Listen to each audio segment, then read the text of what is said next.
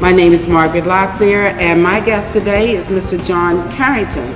You're also involved with the production of the Great Blacks in Wax series. Oh, that is really exciting. I get a chance to visit the museum and look at the various figures and read their histories, and then act as a narrator for a televised series about each of the characters. And it's really exciting when you can see the various characters come to life as a result of the efforts that we're making in narrating and producing the Great Blacks in Wax series. Right, that's wonderful, especially to get that information out there. All right, that's right. And to encourage people to come and visit the museum. Please visit. The trip will inspire you. Once you've been here, then you have a basis for moving on with your life and your future. Once you know where you've been, you know where you can go. We can go on and on. People need to come down to this museum and find out for themselves what's going on. And I also want to share with you one of the greatest poets in Russian history and Russian literature was a black man by the name of Alexander Pushkin. Is that? Oh my goodness, touche! You got me. Russian. It was black Russian, and yes, there were black men in Russia. That's right. By the way, Margaret, I hear you're up to some pretty interesting activities yourself. Yes, I do a living history, and I portray Sojourner Truth. Okay. But from a contemporary perspective, if Sojourner Truth were alive today, how she would feel about all the goings-ons down here these days, especially with the war in Iraq, how we treat our children, how we feel about ourselves as African Americans in America.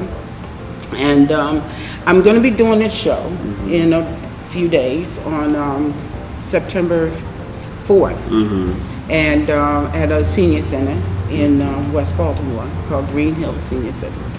Oh my goodness. And I wear I wear slave garments. And I talk about the first half of the show. I tell you about Sojourner's history, biography. And then in the second half, I call what is my text for today, which Sojourner was a self-ordained minister, and she went around and preached about the atrocities against blacks and women during the slave period. And child, did you get any rest? I said, yes. She said, well, the bed ain't been sleeping. I said, oh, missus, whoever heard of such a thing? I stayed with them for a while. Life got to getting good. Got so good, I forgot my promise to God about being good. Well, I've been with them for about 2 or 3 years when one of my old masters come by and wanted to see if I wanted to go see my family, seeing as they was getting old. So, just as I goes out to get into the wagon, a feeling come over me. It got to burning all through me and around me. And so I turned around and I went back in the house and I sit down on the bed. And the feeling got to burning so that, and then I see something standing in front of me. I go, is that you, Kato? But the feeling was so that, and then I got cool. And then I see something standing twixt me and God. I knew this to be Jesus. Then children, such a rush of love come over me, such as I had never known. And I mean, and the sky was just clear and blue, and the birds sang like crystal. And I knew that this was God. Well, after a while,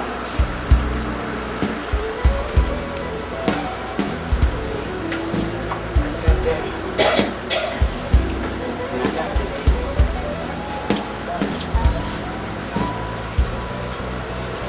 the feeling left me. And something said, well, what about them white folks? What about them that beat and abused you? What about them? And I tell you, children, such another rush of love come over me. I say, oh, Lord, I can even love them white folks.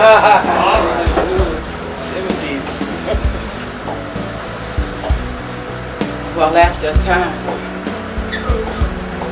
got to missing my old family, so I guess this was around 1827 when the slaves was freed. So I thought I'd go up to the old missus' house and get my boy Peter back and my little girl. Well, when I gets there, they tells me that the missus had taken my boy and given it to her daughter who had moved south and got married. Well, when I hears this, I goes up to the old missus and I say, oh, missus, how could you do that? How could you take away my boy? He was free. She looked at me, she said, what you fretting about that for? You got more of them little nappy head things and you know what to do with now. Well, children, when I hear her talk to me like that, I stand up tall. I said, oh, missus, that's all right. Because I'll get my boy back, you'll see. She said, how you gonna do it? You ain't got no money. I said, no, missus. I ain't got no money. God did. So after a while, I talks to a few people, and they tells me that I need to talk to the grand jury. So I goes to town, and I waits outside the court where they hold the grand jury, and I wait all day. And then they started coming out, and I walked up to the grandest jury I see. And I tells him my story. And children, I tell you, he was full with questions. And then he say, well, if you can get $10, I'll get your boy back. But you'll not work. It would take me forever to get that kind of money. So he says, points to a house down yonder. And he said, you go down there and you tell them your story, and I guarantee you they'll give you the money. So as I did, believing in my heart that Lord would take me to the right place. Well, children, after I tell them my story, they gives me $20. I beg to slip on back up to that old grand jury, and I give him the whole 20, because I know that if I give him 10 and he say he get my boy back, 20 would get him back for sure. Well, it took some time, because the missus and her master had beaten my boy so bad, he was telling people that I wasn't even his man. But I do give him back. When I gets him home and takes off his clothes, I see the hard lumps and scars on his back where that master and missus had been beating my boy. And I asked the Lord to render her a trouble deep, not realizing that I was talking to the Lord. Well, after a time, I decided to go visit the old missus. Well, when I gets there, I understand she gets some kind of like a telegram. And the telegram say that her daughter's husband had murdered her, stomped her to death. I said, oh Lord, you took me up too quick. I didn't mean seen all of that. And I heard the missus holler such as I'd never heard her holler before. It pierced into my heart. So I goes in and I tend to the missus. She cried all night, and then she died right there in my arms. After that, I got a calling to go out and preach and teach to my people and talk about all the troubles again, my people. And that's when I decided to change my name. Now, those of you who knows me knows I never could hold my tongue when things weren't right. And I tell you, children, you all done took the world the Lord done give you and turn it into such a mess. I just don't rightly know where to begin. But I tell you, do begin with the Lord first, children. You got to make Him first in your life, and I promise you, things do get better. That's the truth. Now, when I was down here before, I wasn't allowed to learn to read or write. But in glory, the Spirit is free. And I learned all those things that I was supposed to tell you when I come back. Well, first of all, children, the Lord done give you more gifts and treasures than you could ever find in a hole in the ground, children. More than you can even ever hope for. And the first gift is the ability to think for yourself. And I consider that a blessing. Just imagine, children, you can think for yourself. And then within each and every one of us is the ability to love and show compassion for another life, no matter what that life might be. That's why we's called human. Not H-U-E as in the color of our skin, but H-E-W. The Lord gives you the ability to shape and mold and create, like He said. That's what He did when He commenced to making us. And then He put those things in Him into us. And then the Lord sit back and see what you would do with them. But He sees that after a time, you didn't know what to do. So He sent messengers, me being one of them. And it seemed like you all still don't be listening. So the Lord said, well, He come Himself through His Son Jesus. Amen. Jesus, who was made from God and a woman, and man still think he got something to do with it. And then Jesus see that the devil making all kinds of troubles for you, children, and he tried to show you. But you all seem to be just following the devil like he the Pied Piper.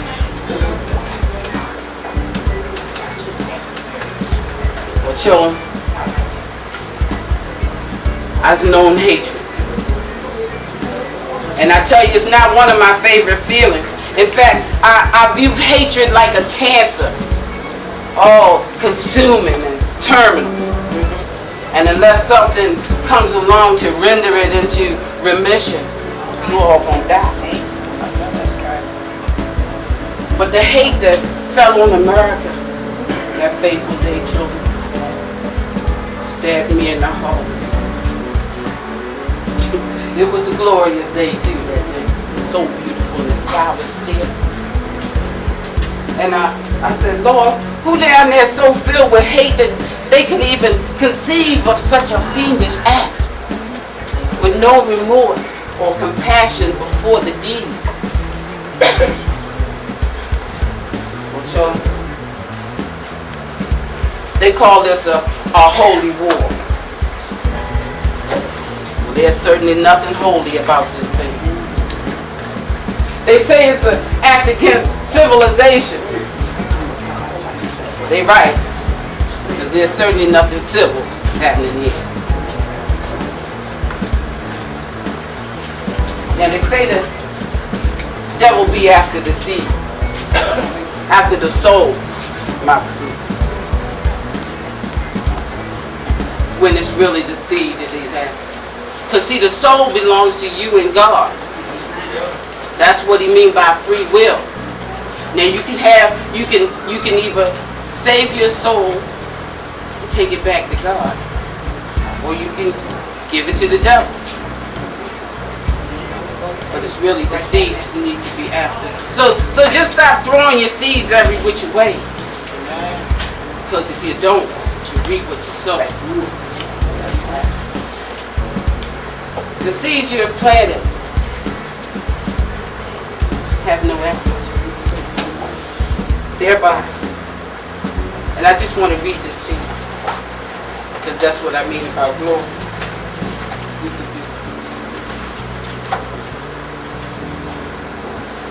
You reap what you sow.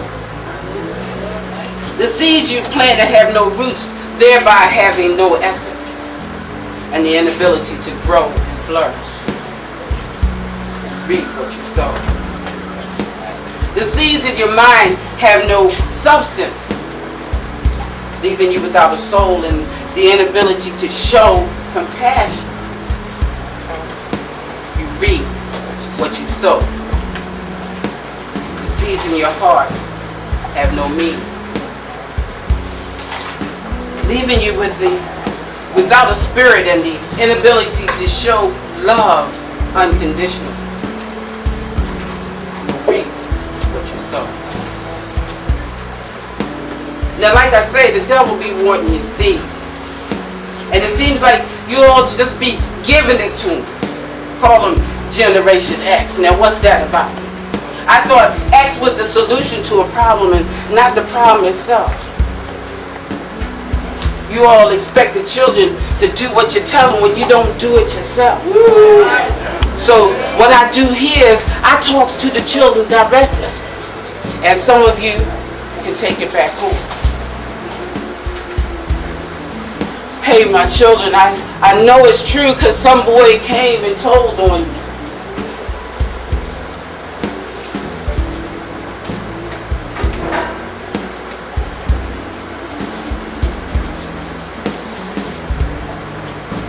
And you can't go around committing crimes because you can't stand doing the time shucking and jiving and copping pleas, hemming and hawing and biting cheese because the men in prison love sweet young boys. And they'll work them and whip them and treat them like toys. And you can be sure that they'll get to yours. It used to be fun being a kid, but now you grab a gun and put in a bid for yours, a jacket, a chain, or shoes, and then you get stupid and leave around clues. Put one hand around his shoulder, and with the other you got a little bold and pointed out your best friend's features, and then you became another creature. You said you loved him and called him yo, and you laughed in his face and cut his throat. Then you ran to hide in some place just like Cain, who fell from grace with a mark on you for the rest of your life. You never know nothing but strife. You'll never grow up to be a man because you'll forever wear a murderer's brand. You think what you did was brave and cool. Well, I think that you were just a fool because God gave you a chance to live in this world, to enjoy and enhance some sweet little girl, to be whatever you want to be. But now I see it's up to me because I got some babies I want to grow up. So stop making all this stuff so tough. We as black people got a lot more at stake. We've suffered enough and we need a break. So make us proud and thankful parents that we invested all our talents into making them better than us. That there are better things than to make a fuss over material things. And learn to trust your mother and father, teacher and guide, and build towards self-pride. Because we're killing our future, but our seeds weren't a waste. But it might have been better if some of them never had a taste of life.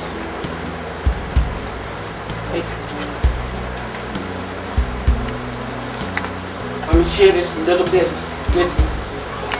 Because I ain't blaming the children for what they is.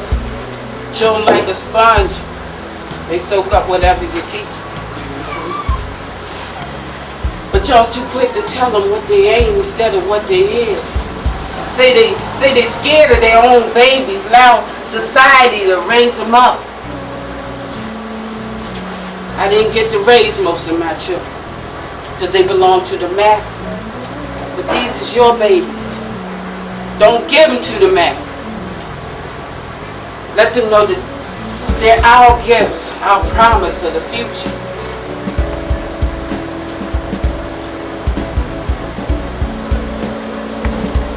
I consider children like diamonds.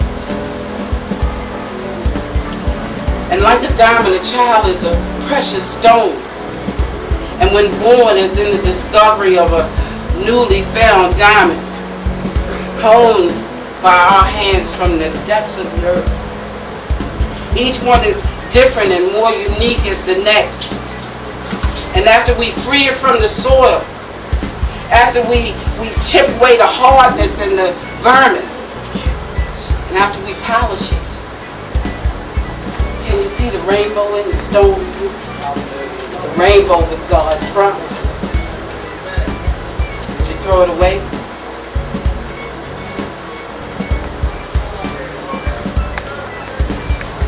Well, even though I'm just a woman, I'll be here to get things set right again. That's me and God. But we got to make him first in our life. And then we got to be loving ourselves. We need to take pride in who he is. And learn more about who we are. Because we come from kings and princes. We are a mighty people. And we've endured much, and there be much to go. But we will be what we was meant to be.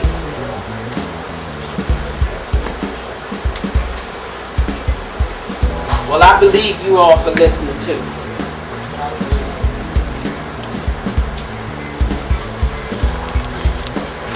I don't know where I be going, Lord, but you just show the way. I'll never say a discouraging word. Just take my hand. Guide me to a better place.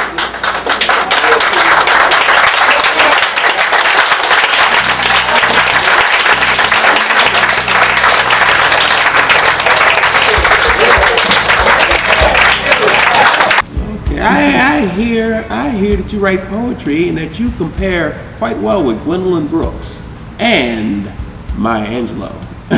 Thanks. And I'm a little modest about it, but yes, I have been acquainted with those ladies. And I'm overwhelmed by the fact that I've been deemed the mother of poetry between the Baltimore, Washington area. And I just talk what comes from the heart and what I feel about myself as a woman in America, as a black woman in America, and as an American. And people are usually inspired by my poetry. I'm just really humbled by it. I don't really like to talk about it too much. Well, you tell them the truth though, don't you? Oh, that's, it's funny, when I was married years ago, my husband had named me Seeker of the Truth in Arabic. I can't even remember what the word was, but it's always been my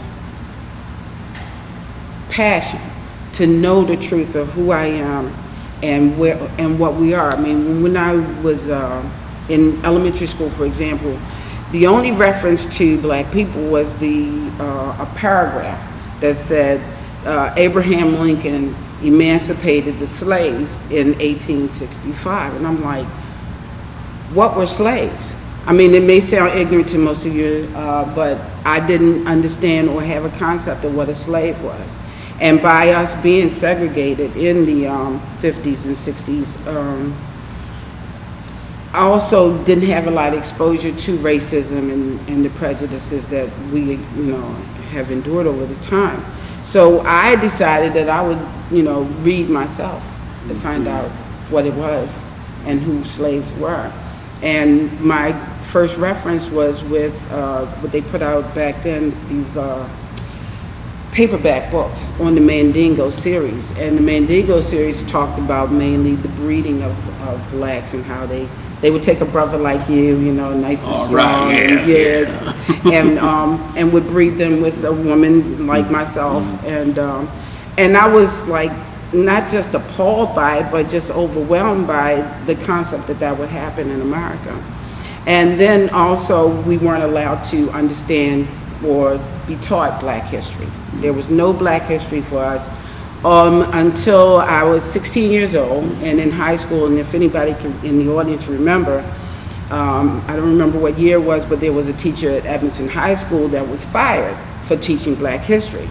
So in protest, teachers all over the city locked up their classrooms and introduced us to Black history. And our first course was presented to us through a comic book series that was written by Dr. Quarles, who taught history at Morgan in the 50s and 60s. I guess that's when he was there.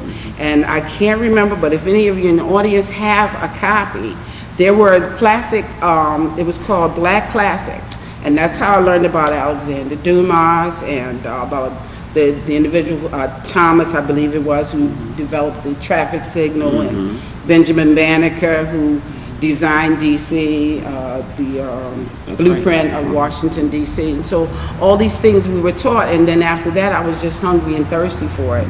And so now I myself have taken that information and I put it back to the community through my poetry.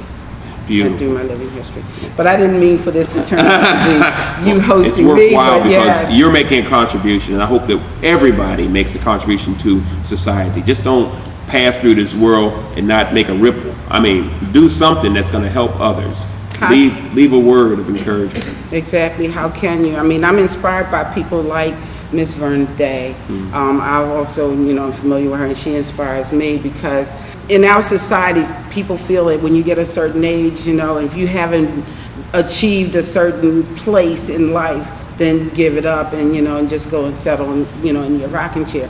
Well, at my age, I'm even more inspired to do things, and I want to leave a legacy mainly for my grandchildren, because this particular generation, I feel, has been totally neglected. I'm not talking about my kids, but the kids under my kids have been totally neglected, been tossed aside, called Generation X, and that's part of my speech is Generation X. I thought that was the solution to the problem, not the problem. And so I want to motivate our young people by doing what I do and just saying, letting them know that no matter what age, you can be important in life and important to society, and even possibly make changes. Make changes, because change is going to happen. It's a question of whether or not you're going to direct that change. So it's a positive change, positive result. Somebody once said, making a choice is a choice. Not making a choice is also a choice.